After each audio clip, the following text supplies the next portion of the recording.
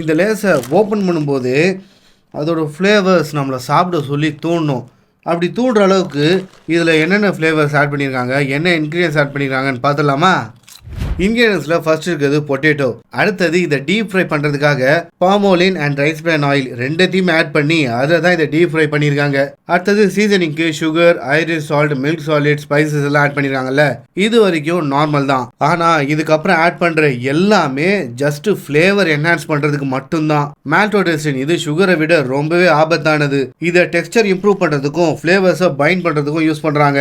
ஆனால் இது உங்களோட சுகர் லெவலை சட்டுன்னு ஏற்றி விட்டுரும். அடுத்தது cheese powder, hydrolysed vegetable protein, இது எல்லாமே டேஸ்ட்டை பூஸ்ட் பண்ணுறது தான் யூஸ் பண்ணுறாங்க. அடுத்தது flavour enhancer E627 and E631, அதாவது டைசோடியம் குவானிலேட் அண்ட் டைசோடியம் இனோசினேட். இது ரெண்டும் எம்எஸ்சி மாதிரி தான், ஃப்ளேவரை நல்லா என்ஹான்ஸ் பண்ணி தரும். அதே மாதிரி கடைசியில் ஆட் பண்ணியிருக்க வெஜிடபிள் ஆயில், அதாவது பாம் ஆயில், கோகோனட் ஆயில் எதுக்கு தெரியுமா? இது வரைக்கும் ஆட் பண்ண ஃப்ளேவர்ஸ் எல்லாமே இந்த சிப்ஸில் ஒட்டிக்கிட்டு க்ரீமி மவுத் ஃபீல் வரதுக்காக தான். ஆக மொத்தத்தில் இதில் தேவையானதை விட தேவை இல்லாதது தான் ரொம்ப அதிகமாக இருக்குது. இதில் முக்கால்வாசி இருக்கிறது ஃப்ளேவர் என்ஹான்சரும் டேஸ்ட் பூஸ்டரும் தான்.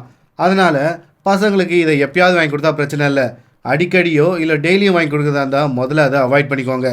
சரி, இதை வெயிட் செக் பண்ணி பார்த்துலாமா? அதாவது 20 ரூபாய்க்கு இவங்க 48 கிராம் தராங்க. அப்போது ஒரு சின்ன உருளைக்கிழங்கு, ஒரு மீடியம் சைஸ் உருளைக்கிழங்கு எடுத்துக்கிறேன்.